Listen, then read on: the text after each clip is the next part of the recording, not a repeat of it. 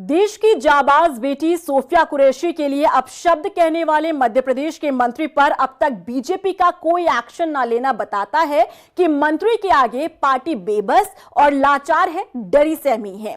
क्योंकि एक तरफ देश की मोदी सरकार ने दुश्मनों को मुंहतोड़ जवाब देने वाली भारत की बेटी को आगे करके जो संदेश दिया, विजय शाह ने उस पर पलीता लगा दिया है और बीजेपी ऐसे बयानवीर मंत्री पर कोई एक्शन ही नहीं ले पा रही है। लेकिन क्या आपने सोचा है कि आखिर ऐसा क्यों?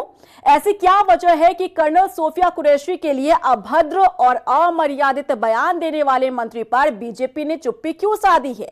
तो देखिए, इसे समझने के लिए आपको राजनीति को समझना होगा, जहां नेताओं को वोट बैंक से ऊपर कुछ और नजर ही नहीं आता। अब मंत्री विजय शाह पर एक्शन लेना बीजेपी के लिए गले की फांस बन चुका है। ना उगलते बन रहा है, ना निगलते बन रहा है। शाह का इस्तीफा ना होने की एक बड़ी वजह आदिवासी वोटरों को साधना है।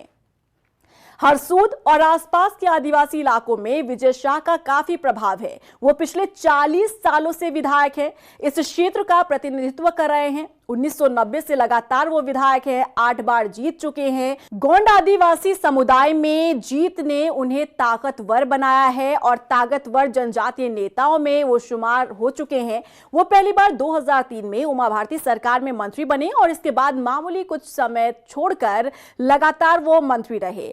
उनके पास पर्यटन, वन, स्कूल शिक्षा, परिवार कल्याण और आदिम जाति, अनुसूचित जनजाति कल्याण जैसे बड़े विभाग रहे हैं।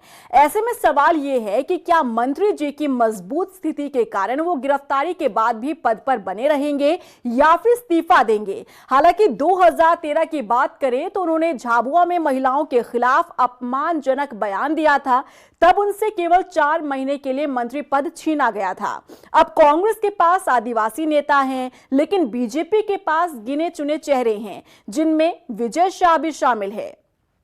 मध्य प्रदेश में लगभग 22% आदिवासी हैं। विधानसभा की 47 और लोकसभा की 6 सीटें इस वर्ग के लिए आरक्षित हैं।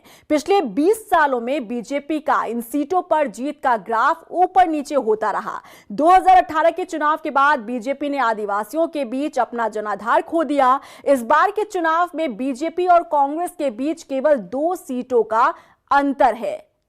मध्य प्रदेश में आदिवासियों की आबादी 22% है और इनमें गोंड आदिवासियों की आबादी 35% है। विजय शाह गोंड समाज से आते हैं और साथ ही वो गोंड रॉयल फैमिली से भी ताल्लुक रखते हैं। कांग्रेस के पास आदिवासी समाज से कई बड़े नेता हैं। बीजेपी इस मोर्चे पर कमजोर दिखती है। ऐसे में पार्टी शाह पर कार्रवाई कर कोई जोखिम नहीं उठाना चाहती। इस्तीफा ना लेने का एक और बड़ा कारण विजय शाह के बगावती तेवर को भी माना जा रहा है। विजय शाह के करीबियों का कहना है कि जब हाईकोर्ट ने शाह के खिलाफ एफआईआर दर्ज करने की बात कही, तब संगठन ने कथित रूप से उन्हें इस्तीफा देने के लिए कहा। लेकिन शाह के खेमे से खबर आई कि अगर इस्तीफे का ज्यादा दबाव रहा तो मंत्री पद के साथ विधायकी भी छोड़ देंगे। ऐसे में बीजेपी के लिए यह राह चुनौतीपूर्ण हो सकता था।